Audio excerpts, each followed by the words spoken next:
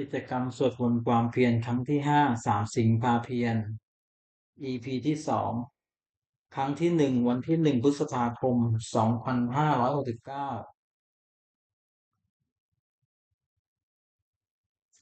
ศาลานิยธรรม6 อย่างทำเป็นที่ตั้งแห่งความระลึกถึง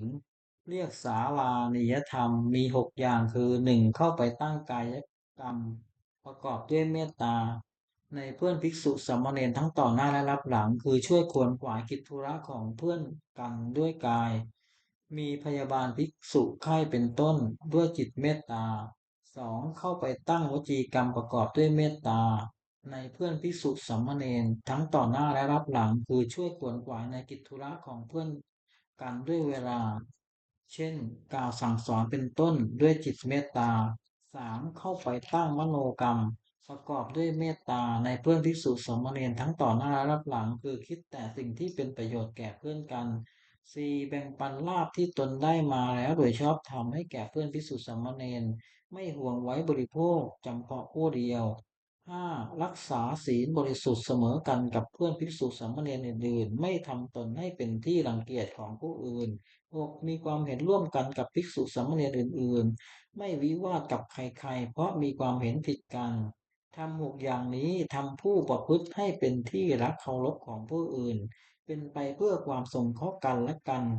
เป็นไปเพื่อไม่วิวาทกันและกันเป็นไปเพื่อความพร้อมเพรียงเป็นอันหนึ่งอันเดียวกัน อายตนะภายใน6ตาหูจมูกลิ้นกายใจอินทรีย์6ก็เรียกอายตนะภายนอก6รูปเสียงกลิ่นรสโผฏฐัพพะคืออารมณ์ที่มาถูกต้องกายธรรมคืออารมณ์เกิดกับใจอารมณ์6ก็เรียก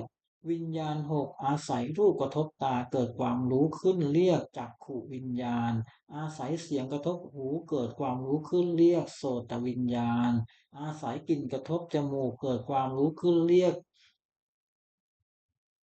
ฆานวิญญาณอาศัยรสกระทบลิ้นเกิดความรู้สึกขึ้นเรียกชิวหาวิญญาณอาศัยโผฏฐัพพะกระทบกายเกิดความรู้ขึ้นเรียกกายวิญญาณอาศัยธรรมเกิดกับใจเกิดความรู้ขึ้นเรียกมโนวิญญาณสัมผัส6อายตนะภายในมีตาเป็นต้นอายตนะภายนอกมีรูปเป็นต้นวิญญาณมีจักขุวิญญาณเป็นต้นกระทบกันเรียกสัมผัส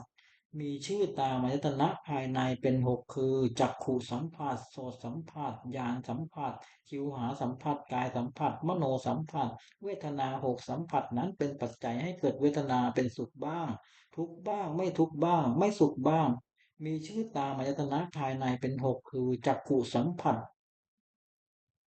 สัชชาเวทนาโสตสัมผัส สัชชาเวทนาญาณสัมผัสสัชชาเวทนาชิวหาสัมผัสสัชชาเวทนากายสัมผัสสัชชาเวทนา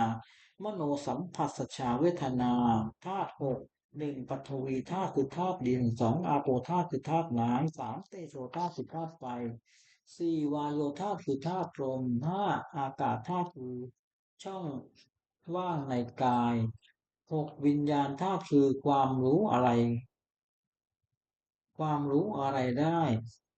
สัตตกะคือหมวด7อะปะ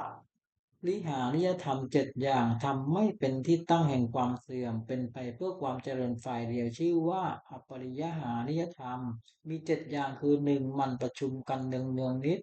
2เมื่อประชุมก็พร้อมเพรียงกันประชุมเมื่อเลิกประชุมก็พร้อมเพรียงกันเลิกและพร้อมเพรียงช่วยกันทำกิจสงฆ์ จะต้องทำ3ไม่บัญญัติสิ่งที่พระพุทธเจ้าไม่บัญญัติไม่ถอนสิ่งที่พระองค์ทรงบัญญัติไว้แล้วสมาทานศึกษาอยู่ในสิกขาบทตามที่พระองค์ทรงบัญญัติไว้4ภิกษุเราใดเป็นผู้ใหญ่เป็นประธานในสงฆ์เคารพนับถือภิกษุเหล่านั้นเชื่อฟังถ้อยคำของท่าน5ไม่รู้อำนาจแก่ความอยากที่เกิด6ยินดีในเสสาสนะป่า7ตั้งใจอยู่ว่า เพื่อนภิกษุสามเณรซึ่งเป็นผู้มีศีลซึ่งยังไม่มาสู่อาสวาสขอให้มาที่มาแล้วขอให้ไปอยู่เป็นสุขทำ7 อย่างนี้ตั้งอยู่ในผู้ใดผู้นั้นไม่มีความเสื่อมเลยมีแต่ความเจริญฝ่ายเดียวอริยทรัพย์7 ทรัพย์คือคุณความดีที่มีในสันดานอย่างประเสริฐเรียกอริยทรัพย์มี7 อย่างคือ1ศรัทธาเชื่อในสิ่งที่ควรเชื่อ2ศีลศีระ รักษากายวาจาให้เรียบร้อยฮิริความละอายต่อบาปทุจริต สี่โอตตัปปะสะดุ้งกลัวต่อบาปห้าพาหุสัจจะความเป็นคนเคยได้ยินฟังได้ฟังมากคือจำทรงธรรมและรู้ศิลปะวิทยามากหกจาคะสละให้ปันสิ่งของตนแก่คนที่ควรให้ปันเจ็ดปัญญารอบรู้สิ่งที่เป็นประโยชน์และไม่เป็นประโยชน์สัพพุริสธรรมเจ็ดอย่างธรรมของสัตบุรุษเรียกว่า สัพปุริสธรรมมีเจ็ดอย่างหนึ่งธรรมัญญุตาความเป็นผู้รู้จักเหตุเช่นรู้จักว่าสิ่งนั้นเป็นเหตุแห่งทุกข์สิ่งนี้เป็นเหตุแห่งทุกข์สองอัตตัญญุตาความเป็นผู้รู้จักผลเช่นรู้จักว่าสุขเป็นผลแห่งเหตุอันนี้ทุกข์เป็นผลแห่งเหตุอันนี้สามอัตตัญญุตาความเป็นผู้รู้จักตนว่าเราว่าโดยชาติ โดยชาติตระกูลยศศักดิ์สมบัติบริวารความรู้และคุณธรรมเพียงเท่านี้แล้วประพฤติตนให้สมควรแก่ที่เป็นอยู่อย่างไรสี่มันตะมัตตัญญุตาความเป็นผู้รู้ประมาณในการแสวงหาเครื่องเลี้ยงชีวิตแต่โดยทางที่ชอบและรู้จักประมาณในการบริโภคแต่พอควรห้า การัญยุตาความเป็นผู้รู้จักการเวลาอันสมควรในอันประกอบกิจนั้นๆหกปริสัญยุตาความเป็นผู้รู้จักประชุมชนและกริยาที่ต้องประพฤติต่อประชุมชนนั้นๆว่าหมู่นี้เมื่อเข้าไปหาจะต้องทำกริยาอย่างไรจะต้องพูดอย่างไรนี้เป็นต้นเจ็ดบุคคลบุคคล บุคคลปะโรงปัจยุตาความเป็นผู้รู้จักเลือกบุคคลว่าผู้นี้เป็นคนดีควรคบผู้นี้เป็นคนไม่ดีไม่ควรคบเป็นต้นสัพพุริสธรรมอีกเจ็ดอย่างหนึ่งสัตบุรุษประกอบด้วยธรรมเจ็ดประการคือมีศรัทธามีความละอายต่อบาปมีความกลัวต่อบาปเป็นคนได้ยินได้ฟังมากเป็นคนมีความเพียรเป็นคนมีสติมั่นคงเป็นคนมีปัญญาสองจะปรึกษาสิ่งใดกับใครๆ ก็ไม่ปรึกษาเพื่อจะเบียดเบียนตนและผู้อื่นสามจะคิดสิ่งใดก็ไม่คิดเพื่อเบียดเบียนตนและผู้อื่นสี่จะพูดสิ่งใดก็ไม่พูดเพื่อจะเบียดเบียนตนและผู้อื่นห้าจะทำสิ่งใดก็ไม่ทำเพื่อจะเบียดเบียนตนและผู้อื่นหกมีความเห็นชอบมีเห็นว่าทำดีได้ดีทำชั่วได้ชั่วเป็นต้นเจ็ดให้ทานโดยเคารพคือเอื้อเฟื้อแก่ของที่ตัวให้และผู้รับทานนั้น ไม่ทำอาการหลุดทิ้งเสียโภชนงเจตหนึ่งสติความระลึกได้สองธรรมวิจยะความสอดส่องธรรมสามวิริยะความเพียรสี่ปิติความอิ่มใจห้าปัสสัทธิความสงบใจและอารมณ์หกสมาธิความตั้งใจมั่นเจ็ดอุเบกขาความวางเฉยเรียกตามประเภทว่าสติสัมโพชง ไปโดยลำดับจนถึงอุเบกขาสัมโพชงค์อัฏฐกะคือหมวดแปดโลกธรรมแปดโลกธรรมแปดธรรมที่ครอบงำสัตว์โลกอยู่และสัตว์โลกย่อมเป็นไปตามธรรมนั้นเรียกว่าโลกธรรมโลกธรรมนั้นมีแปดอย่างคือลาภหนึ่งไม่มีลาภหนึ่งยศหนึ่งไม่มียศหนึ่งนินทาหนึ่งสรรเสริญหนึ่งสุขหนึ่งทุกข์หนึ่ง ในโลกธรรมแปดประการนี้อย่างใดอย่างหนึ่งเกิดขึ้นควรพิจารณาว่าสิ่งนี้เกิดขึ้นแล้วแก่เราก็แต่ว่ามันไม่เที่ยงเป็นทุกข์มีความแปรปรวนเป็นธรรมดาควรรู้ตามที่เป็นจริงอย่าให้มันครอบงำจิตได้คืออย่ายินดีในส่วนที่ปรารถนาอย่ายินร้ายในส่วนที่ไม่ปรารถนา ลักษณะศักดิ์สินธรรมวินัยแปดประการทำเหล่าใดเป็นไปเพื่อความกำหนัดย้อมใจหนึ่งเป็นไปเพื่อความประกอบทุกข์หนึ่งเป็นไปเพื่อความสะสมกองกิเลสหนึ่งเป็นไปเพื่อความอยากใหญ่หนึ่งเป็นไปเพื่อความไม่สันโดษยินดีด้วยของมีอยู่คือมีนี่แล้วอยากมีนั่นหนึ่งเป็นไปเพื่อความคุกคีด้วยหมู่คณะหนึ่งเป็นไปเพื่อความเกียจคร้านหนึ่งเป็นไปเพื่อการเลี้ยงยากหนึ่ง ธรรมเหล่านี้พึงรู้ไว้ไม่ใช่ธรรมไม่ใช่วินัยไม่ใช่คำสอนของพระศาสดาธรรมเหล่าใดเป็นไปเพื่อความคลายกำหนัดหนึ่งเป็นไปเพื่อความปราศจากทุกข์หนึ่งเป็นไปเพื่อความไม่ สะสมกองกิเลสหนึ่งเป็นไปเพื่อความอยากอันน้อยหนึ่งเป็นไปเพื่อความสันโดษยินดีด้วยของที่มีอยู่หนึ่งเป็นไปเพื่อความสงัดจากหมู่หนึ่งเป็นไปเพื่อความเพียรหนึ่งเป็นไปเพื่อความเลี้ยงง่ายหนึ่งธรรมเหล่านี้พึงรู้ว่าเป็นธรรมเป็นวินัยเป็นธรรมคำสั่งสอนของพระศาสดามักมีองค์แปดหนึ่งสัมมาทิฏฐิปัญญาอันเห็นชอบคือเห็นอริยสัจสี่สองสัมมาสังกัปปะ สองสัมมาสังกัปปะดำริชอบคือดำริจะออกจากกามหนึ่งดำริในอันไม่พยาบาทหนึ่งดำริในอันไม่เบียดเบียนหนึ่งสัมมาวาจาเจรจาชอบคือเว้นจากวจีทุจริตสี่สัมมากัมมันตะทำการงานชอบคือเว้นจากกายทุจริตสามห้าสัมมาอาชีวะเลี้ยงชีวิตชอบคือเว้นจากความเลี้ยงชีวิตโดยทางที่ผิดหกสัมมาวาจาสัมมาวายามะเพียรชอบคือเพียรในที่สี่สถานเจ็ดสัมมาสติระลึกชอบคือระลึกในสติปัฏฐานทั้งสี่แปดสัมมาสมาธิตั้งใจไว้ชอบคือเจริญญาณทั้งสี่ในองค์มรรคทั้งแปดนั้นเห็นชอบดำริชอบสงเคราะห์เข้าในปัญญาสิกขาวาจาชอบการงานชอบเลี้ยงชีพชอบสงเคราะห์เข้าในศีลสิกขาศีลสิกขาเพียรชอบระลึกชอบตั้งใจไว้ชอบสงเคราะห์เข้าในจิตตสิกขานวกะคือหมวดเก้ามระคือมนทินเก้าอย่างโกรธหนึ่งลบหลู่บุคคลคุณท่านหนึ่งลิษยาหนึ่งตนีหนึ่งมายาหนึ่งมักอวดหนึ่งพูดปดหนึ่งมีความปรารถนาลามกหนึ่งเห็นผิดหนึ่ง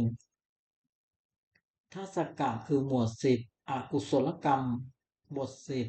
จัดเป็นกายกรรมคือทำด้วยกายสามอย่างหนึ่งปาณาติบาตทำชีวิตสัตว์ให้ตกล่วงคือฆ่าสัตว์สองอธินาทาน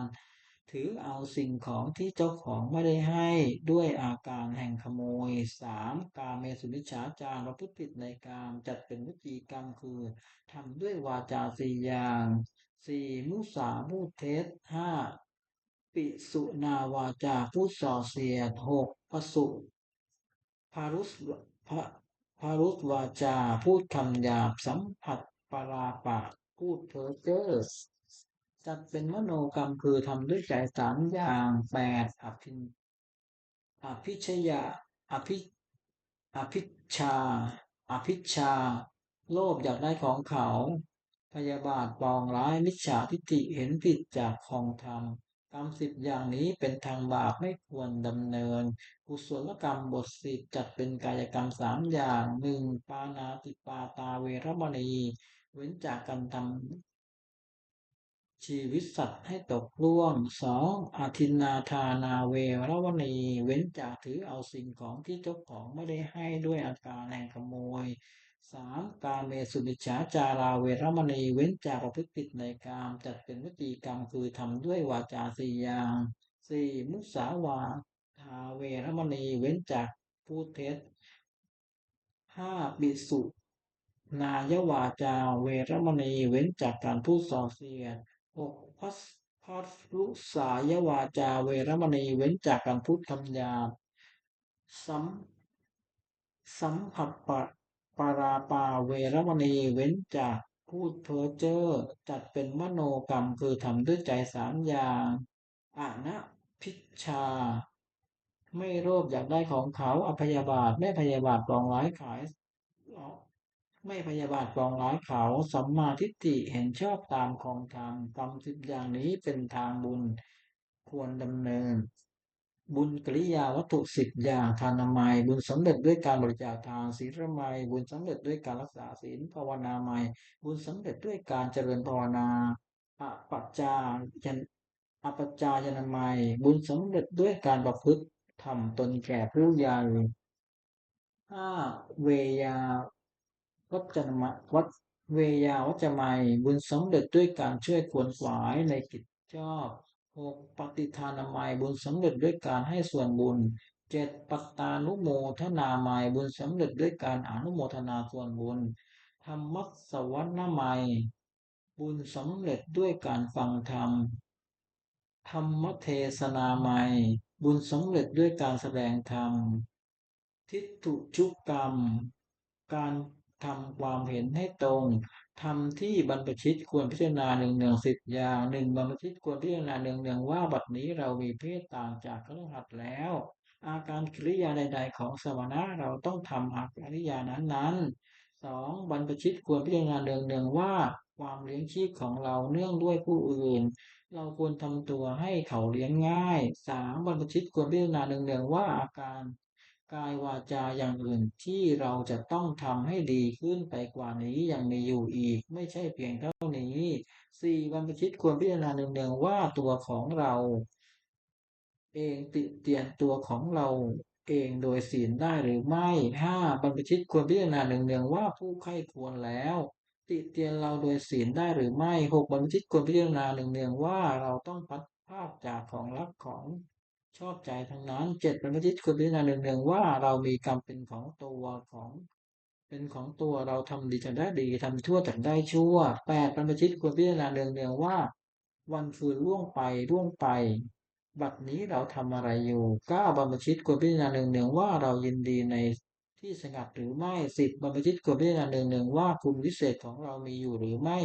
ที่จะให้เราเป็นผู้ไม่เก้อเขินในเวลาเพื่อนบรรพชิตถามในการภายหลัง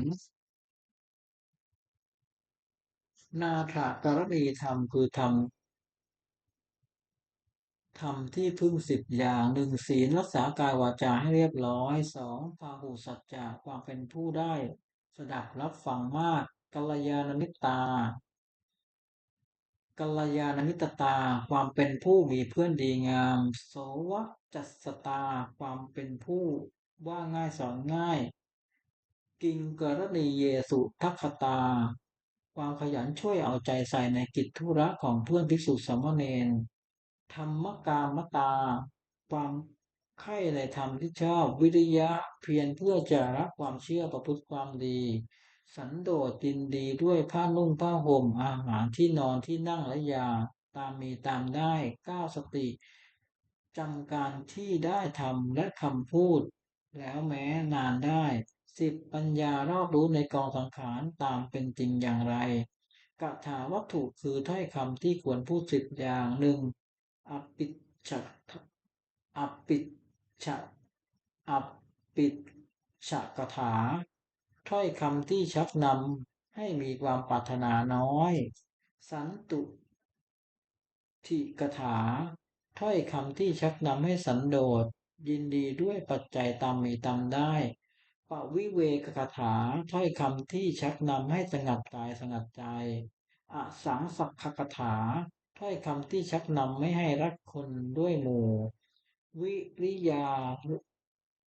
ลัมภกถาถ้อยคำที่ชักนำให้ปรารภความเพียรศีลกถาถ้อยคำที่ชักนำให้ตั้งอยู่ในศีลสมาธิกถาถ้อยคำที่ชักนำให้ทำใจให้สงบปัญญากถาถ้อยคำที่ชักนำให้เกิดปัญญาวิมุตติกถาถ้อยคำที่ชักนำให้ใจพ้นจากกิเลสวิมุตติยา ทัศนคถาถ้อยคำที่ชักนำให้เกิดความรู้ความเห็นในความที่ใจพ้นจากกิเลสอนุสติคืออารมณ์ควรระลึก10 ประการพุทธานุสติระลึกถึงคุณของพระพุทธเจ้าธรรมานุสติระลึกถึงคุณของพระธรรมสังฆานุสติระลึกถึงคุณของพระสงฆ์ศีลานุสติระลึกถึงศีลของตนจาคานุสติระลึกถึงทานที่ตนบริจาคแล้วเทวตานุสติระลึกถึงคุณที่ทำบุคคลให้เป็นเทวดามรณสติระลึกถึงความตายที่จะมาถึงตนกายาคตาสติระลึกทั่วไปในกายให้เห็นว่าไม่งามน่าเกลียดโสโครกอานาปานสติตั้งสติกำหนดลมหายใจเข้าออกอุปสมานุสติระลึกถึงคุณพระนิพพานซึ่งเป็นที่ระงับกิเลสและกองทุกข์ปกิณกะคือหมวดเบ็ดเตล็ดอุปกิเลสคือโทษเครื่องเศร้าหมอง16 อย่างอภิชฌาวิสวิสมะวิสมโรภะละโมบไม่สม่ำเสมอคือความเพ่งเล็งโทสะร้ายกาจโกทะโกรธอุปา อุปาอุปนาหะผูกโกรธไว้ห้ามัคคะลบหลู่คุณท่านหกปาสะตีเสมอคือยกตัวเทียบท่านเจ็ดอิสสาริษยาคือเห็นเขาได้ดีทนอยู่ไม่ได้แปดมัจฉริยตนีเก้ามายามามารยาคือเจ้าเล่ห์สิบสาเถยะโอ้อวด11ถัมภะตัวตื้อหัวตื้อ12สารัมภะแข่งดี13มานะถือตัว14อติมานะดูหมิ่นท่าน15มัทธะมัวเมา16ปมาทะเลินเล่อโพธิปักขิยธรรม37ประการสติปัฏฐานสี่สัมมัปปทานสี่อธิบาทสี่อินทรีย์ห้าพละห้าโพชฌงค์เจ็ดมรรคมีองค์8ขหิปฏิบัติจตุกะกรรมกิเลสคือกรรมเครื่องเศร้าหมองสี่อย่างหนึ่งปาณาติบาตทำชีวิตสัตว์ให้ตกล่วงสองอัจฉินนาทานถือเอาสิ่งของที่เจ้าของไม่ได้ให้ด้วยกายด้วยอาการแห่งขโมยสามกาเมสุมิจฉาจารผู้ผิดในกามสี่มุสาวาทพูดเท็จกรรมสี่อย่างนี้นักปราชญ์ไม่สรรเสริญเลยอบายมุขคือเหตุเครื่องชิบหายสี่อย่างหนึ่งความเป็นนักเลงผู้หญิงสองความเป็นนักเลงสุราสามความเป็นนักเพลงเล่นการพนันสี่ความคบคนชั่วเป็นมิตรโทษสี่ประการนี้ไม่ควรประกอบ ทิฏฐธรรมมิกัตถประโยชน์คือประโยชน์ในปัจจุบันสี่อย่างหนึ่งอุปทานสัมปทาถึงพร้อมด้วยความหมั่นในการประกอบกิจเครื่องเลี้ยงชีวิตก็ดีในการศึกษาเราเรียนก็ดีในการทำธุระหน้าที่ของตนก็ดีสองอารักขสัมปทาถึงพร้อมด้วยการรักษาคือรักษาทรัพย์และรักษาทรัพย์ที่แสวงหามาได้ด้วยความหมั่น ไม่ให้เป็นอันตรายก็ดีรักษาการงานของตัวไม่ให้เสื่อมเสียไปก็ดีสามกัลยาณมิตรตาความมีเพื่อนเป็นคนดีไม่คบคนชั่วสี่สมชีวิตตาความเลี้ยงชีวิตตามสมควรแก่กำลังทรัพย์ที่หาได้ไม่ให้ฝืดเคืองนักไม่ให้ฟุ่มเฟือยนักสัมปรายิกัตถประโยชน์คือประโยชน์ภายหน้าสี่อย่างหนึ่งศรัทธาสัมปทาถึงพร้อมด้วย ศรัทธาคือเชื่อสิ่งที่ควรเชื่อเช่นว่าทำดีได้ดีทำชั่วได้ชั่วเป็นต้นศีลสัมปทาถึงพร้อมด้วยศีลคือรักษากายวาจาให้เรียบร้อยดีเรียบร้อยดีไม่มีโทษสามจาคะสัมปทาถึงพร้อมด้วยการบริจาคทานเป็นการเฉลี่ยสุขให้แก่ผู้อื่นสี่ปัญญาสัมปทาถึงพร้อมด้วยปัญญารู้จักบาปบุญคุณโทษประโยชน์ไม่ใช่ประโยชน์เป็นต้น มิตรปฏิรูปคือคนเทียมมิตรสี่จำพวกหนึ่งคนปลอกลอกสองคนดีแต่พูดสามคนหัวประจบสี่คนชักชวนในทางทิพหายคนสี่จำพวกนี้ไม่ใช่มิตรเป็นแต่คนเทียมมิตรไม่ควรคบหนึ่งคนปลอกลอกมิตรขณะสี่หนึ่งคิดเอาแต่ได้ฝ่ายเดียวสองเสียให้น้อยคิดเอาให้ได้มากสามเมื่อมีภัยแก่ตัวจะรีบเอาผิดของเพื่อน สี่คบเพื่อนเพราะเห็นแก่ประโยชน์ของตัวสองคนดีแต่พูดมีลักษณะสี่หนึ่งเก็บเอาของเล่นเก็บเอาของล่วงแล้วมาปราศัยสองอ้างเราของที่ยังไม่มีมาปราศัยสามสงเคราะห์ด้วยสิ่งหาประโยชน์ไม่ได้สี่ออกปากพึ่งไม่ได้สามคนหัวกระจกมีลักษณะสี่หนึ่งจะทำชั่วก็คอยตามสองจะทำดีก็คอยตามสามต่อหน้าว่าสรรเสริญสี่ รับหลังตั้งนินทาสี่คนชักชวนในทางที่หายมีสี่มีลักษณะสี่หนึ่งชักชวนดื่มน้ำเมาสองชักชวนเที่ยวกลางคืนสามชักชวนให้มัวเมาในการเล่นสี่ชักชวนเล่นการพนันมิตรแท้สี่จำพวกหนึ่งมิตรมีอุปการะสองมิตรร่วมทุกข์ร่วมสุขสามมิตรแนะนำประโยชน์สี่มิตรมีความรักใคร่มิตรสี่จำพวกนี้เป็นมิตรแท้ควรคบ หนึ่งมิตรมีอุปการะมีลักษณะสี่หนึ่งป้องกันเพื่อนผู้ประมาทแล้วสองป้องกันทรัพย์สมบัติของเพื่อนผู้ประมาทแล้วสามเมื่อมีภัยเป็นที่พึ่งพา พึ่งพำนักได้สี่มีธุระช่วยออกทรัพย์ให้เกินกว่าที่ออกปากสอง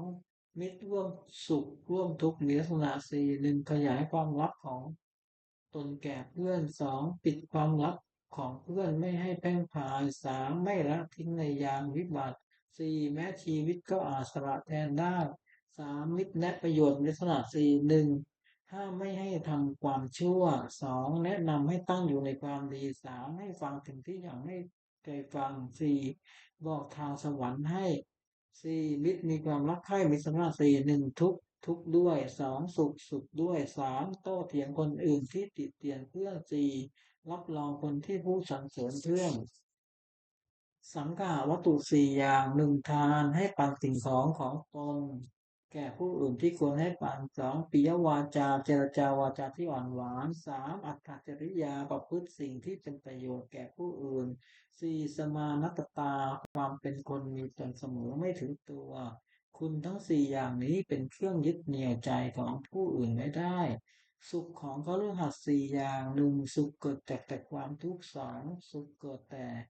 การจ่ายทรัพย์บริโภคสามสุขเกิดแต่ความไม่ต้องเป็นหนี้สี่สุขเกิดแต่ประกอบการงานที่ปราศจากโทษความปรารถนาของบุคคลในโลกนี้ที่ได้สมหมายด้วย ยากสี่อย่างหนึ่งขอสมบัติจงเกิดมีแก่เราโดยทางที่ชอบสองขอยศจงเกิดแก่เรากับญาติพวกพ้องสามขอเราจงรักษาอายุให้ยืนนานสี่เมื่อสิ้นชีพแล้วขอเราจงไปบังเกิดในสวรรค์ทำเป็นเหตุให้สมหมายมีอยู่สี่อย่างหนึ่งศรัทธาสัมปทาถึงพร้อมด้วยศรัทธาสองศีลสัมปทาถึงพร้อมด้วยศีล สามจาคะสัมปทาถึงพร้อมด้วยบริจาคทานสี่ปัญญาสัมปทาถึงพร้อมด้วยปัญญาตระกูลอันมั่งคั่งจะตั้งอยู่นานไม่ได้เพราะสถานสี่หนึ่งไม่แสวงหาสรุปที่หายแล้วสองไม่บูรณะสรุปที่ข้างค่าสามไม่รู้จักประมาณในการบริโภคสมบัติสี่ตั้งสตรีหรือบุรุษทุศีลให้เป็นแม่เรือนพ่อเรือนผู้หวังจะดำรงตระกูลควรเว้น สถานะสี่ประการนี้เสียธรรมของคฤหัสถ์สี่หนึ่งสัจจะสัตย์ซื่อแก่กันธรรมะรู้จักข่มจิตของตนขันติอดทนจาคะสละให้ปันสิ่งของตนแก่ผู้ที่ควรให้ปันปัญจกะประโยชน์เกิดแต่การถือโภคทรัพย์ห้าอย่างแสวงหาโภคทรัพย์ได้ในทางที่ชอบแล้วหนึ่งเลี้ยงตัวมารดาบิดาบุตรภรรยาบ่าวพ่อยให้เป็นสุขสองเลี้ยงพูนฝูงให้เป็นสุขสามบำบัดอันตรายที่เกิดแต่เหตุต่างๆสี่ทำพรีห้าอย่างคือก็ญาติพรีสงเคราะห์ญาติปฏิทิพรีต้อนรับแขก ปุพพเปตพีทำบุญอุทิศให้ผู้ตายราชพีถวายเป็นหลวงมีภาษีอากรเป็นต้นจอมเทวตาพีทำบุญอุทิศให้เทวดาห้าบริจาคทานให้สมณพราหมณ์ผู้ประพฤติชอบศีลห้าหนึ่งปานาติปาตาเวรมณีเว้นจากทำชีวิตสัตว์ให้ตกล่วงสองอธินาทานาเวรมณีเว้นจากถือเอาสิ่งของที่เจ้าของไม่ได้ให้ด้วยการแห่งขโมยสามกาเมสุมิจฉาจารเวรมณีเว้นจากประพฤติผิดในกามสี่มุสาวาทาเวรมณีเว้นจากพูดเท็จสุราเมรยมัชฌะปมาทฐานาเวรมณีเว้นจากการดื่มน้ำเมาคือสุราและเมรัย อันเป็นที่ตั้งแห่งความประมาทศีลห้าประการนี้คฤหัสถ์ควรรักษาเป็นนิจมิจฉาวะลิชาคือการค้าขายไม่ชอบธรรมห้าอย่างหนึ่งค้าขายเครื่องทหารสองค้าขายมนุษย์สามค้าขายสัตว์เป็นสำหรับฆ่าเพื่อเป็นทหารสี่ค้าขายน้ำเมาห้าค้าขายยาพิษการค้าขายห้าอย่างนี้เป็นข้อห้ามอุบาสกไม่ให้ประกอบ สมบัติของอุบาสกห้าประการหนึ่งประกอบด้วยศรัทธาสองมีศีลบริสุทธิ์สามไม่ถือมงคลตื่นข่าวคือเชื่อกรรมไม่เชื่อมงคลสี่ไม่แสวงหาเขตบุญนอกพุทธศาสนาห้าบำเพ็ญบุญแต่ในพระพุทธศาสนาอุบาสกพึงตั้งอยู่ในสมบัติห้าประการและเว้นจากวิบัติห้าประการซึ่ง วิปริตจากสมบัตินั้นฉักกะ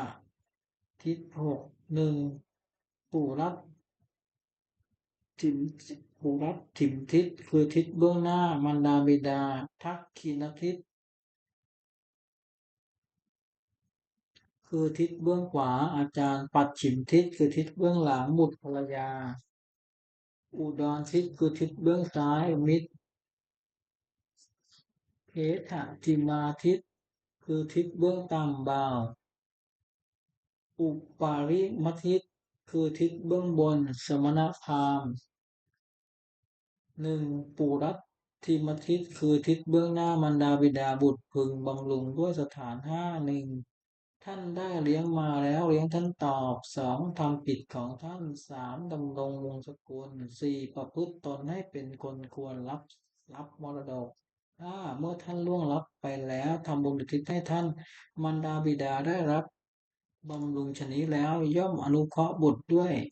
สถานห้าหนึ่งห้ามไม่ให้ทำความชั่วสองให้ตั้งอยู่ในความดีสามให้ศึกษาศีลปริศิลปวิทยาสี่หาภรรยาที่สมควรให้ห้ามอบทรัพย์ให้ในสมัยสองทักขิณทิศคือทิศเบื้องขวาอาจารย์เป็นศิษย์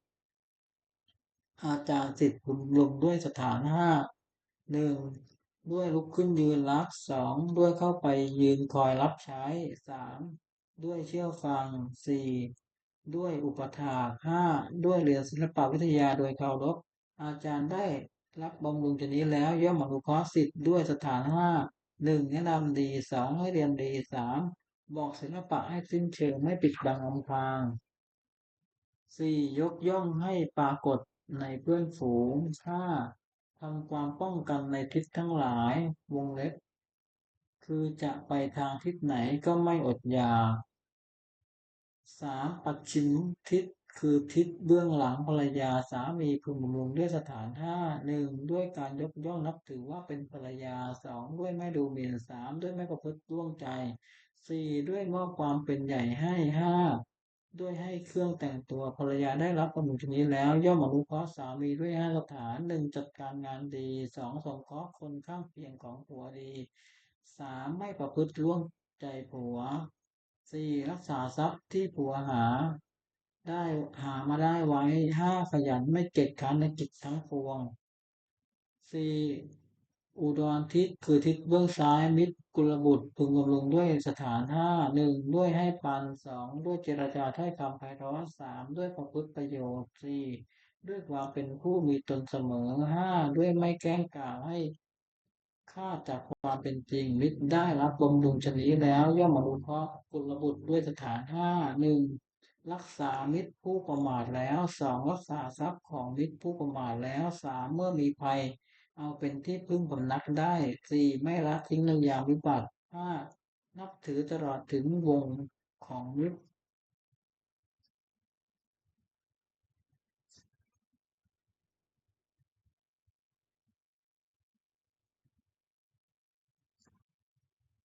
ห้าเหถัดถิมทิเหเหถิมทิศคือทิศเบื้องต่ำบ่าวนายพึงบำรุงด้วยสถานห้าหนึ่งด้วยจัดการงานให้ทำตามสมควรแก่กำลังสองด้วยให้อาหารและรางวัลสามด้วยรักษาพยาบาลในเวลาเจ็บไข้สี่ด้วยแจกของมีรสแปลกประหลาดให้กินห้าด้วยปล่อยในสมัย บ่าวได้บำรุงชนนี้แล้วย่อมอนุเคราะห์นายด้วยสถานห้าหนึ่งลุกขึ้นทำการงานก่อนนายสองเลิกการงานทีหลังนายสามถือเอาแต่ของที่นายให้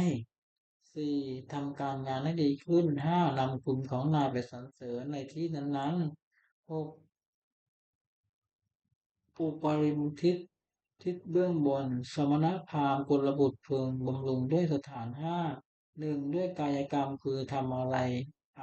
ประกอบด้วยเมตตาสองด้วยวจีกรรมพูดอะไรประกอบด้วยเมตตาสามด้วยมโนกรรมคือคิดอะไรประกอบด้วยเมตตาสี่ด้วยความเป็นผู้ไม่ปิดประตูคือมิได้ห้ามเข้าบ้านเรือนห้าด้วยให้อามิสทาน สมณพราหมณ์ได้รับบำรุงฉะนั้นแล้วย่อมอนุเคราะห์กุลบุตรด้วยสถานหกหนึ่งห้ามไม่ให้กระทำความชั่วสองให้ตั้งอยู่ในความดีสามอนุเคราะห์ด้วยน้ำใจอันงามสี่ให้ได้ฟังสิ่งที่ยังไม่เคยฟังห้า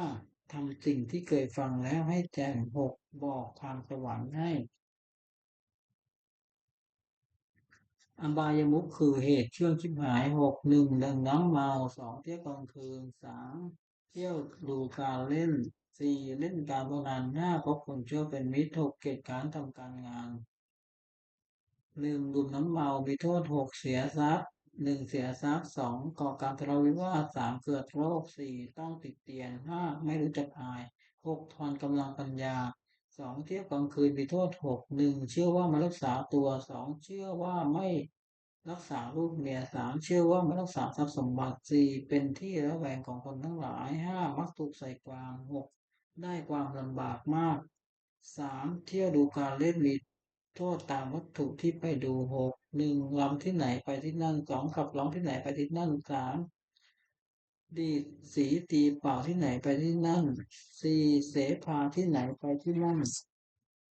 ห้าเพลงที่ไหนไปที่นั่นหกเถิดเทิงที่ไหนไปที่นั่นเล่นการพนันมีโทษหกหนึ่งเมื่อชนะย่อมก่อเวรสองเมื่อแพ้ย่อมเสียดายทรัพย์ที่เสียไปสามทรัพย์ย่อมทิพหายสี่ไม่มีใครเชื่อถือถ้อยคำห้าเป็นที่หมิ่นประมาทของเพื่อนหกไม่มีใครประสงค์จะแต่งงานด้วย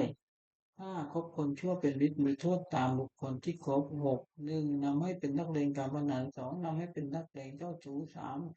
นำให้เป็นนักเลงเล่าสี่นำให้เป็นนักเลงทำให้เป็นคนลวงเขาด้วยของปลอมห้านำให้เป็นคนลวงเขาซึ่งหน้าหกนำให้เป็นคนหัวไม้หกเกียรติค้านทำการงานมีโทษหกหนึ่ง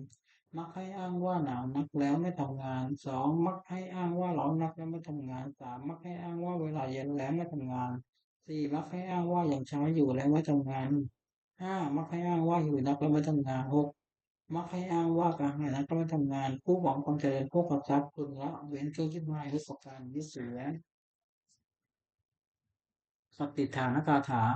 ยาเทวตาสันติวิหารวาปิเนทุเปคะเรโพธิคะเรติหิงตาธรรมทานเนนะวันตุปุริตาโสติงกโรนเตทเวนะมันตเรเทราชมัชฌานวกาจพิโกสารามัคคาทานปฏิปัสสกากามาตเตสานิกามาเจตราตัปปานปุตตาตุกิตาพวันตุเตชราพุทธาเยปิจันตตัมโมวาสังเทศกาตาโท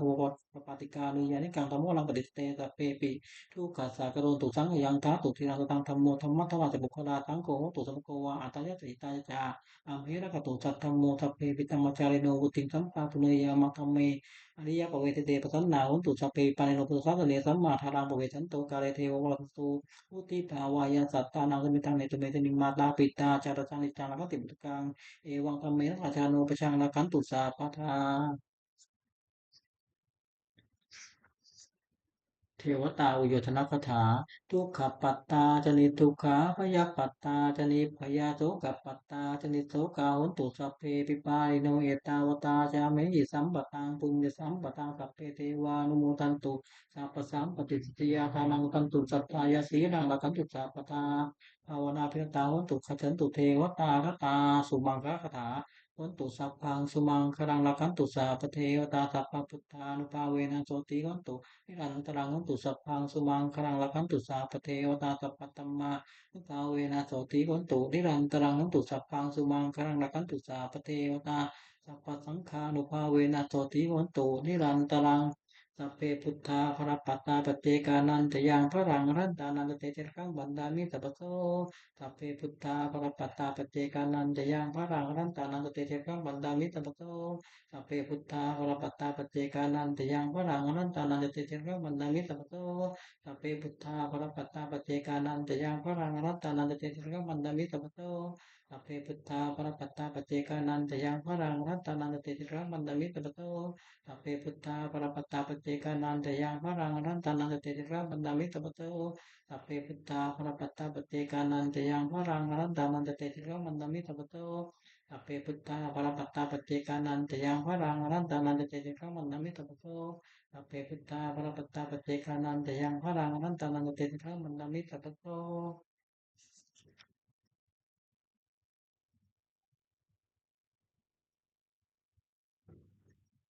บทแผ่เมตตาให้ตนเองอะหังสุขิโตโหมิขอให้ข้าพเจ้ามีความสุขอะหังนิทุกโหมิขอให้ข้าพเจ้าปราศจากความทุกข์อะหังอเวโรโหมิขอให้ข้าพเจ้าปราศจากเวรอะหังอัพพยาปโชโหมิขอให้ข้าพเจ้าปราศจากอุปสรรคอันตรายทั้งปวงสุขีอัตนังปริหารามิขอให้ข้าพเจ้ามีความสุขกายสุขใจรักษากายวาจาให้พ้นจากความทุกข์ภัยทั้งปวงเถิด บทสวดแผ่เมตตาให้สรรพสัตว์ทั้งหลายสัพเพสัตตาสัตว์ทั้งหลายที่เป็นเพื่อนทุกข์เกิดแก่เจ็บตายด้วยกันทั้งหมดทั้งสิ้นเอาเวลาหัวโต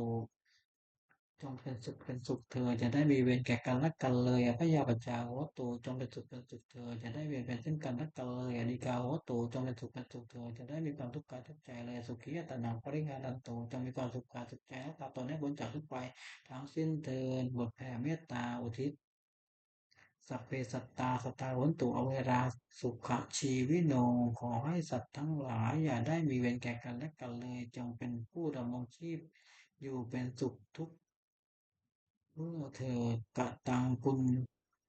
อย่างพระรางไหมหังสัพเพภาคีพระวันตุเตขอให้สัตว์ทั้งหลายจงได้เสวยผลบุญที่ข้าพเจ้าได้บำเพ็ญด้วยกายวาจาใจแล้วนั้นเถิด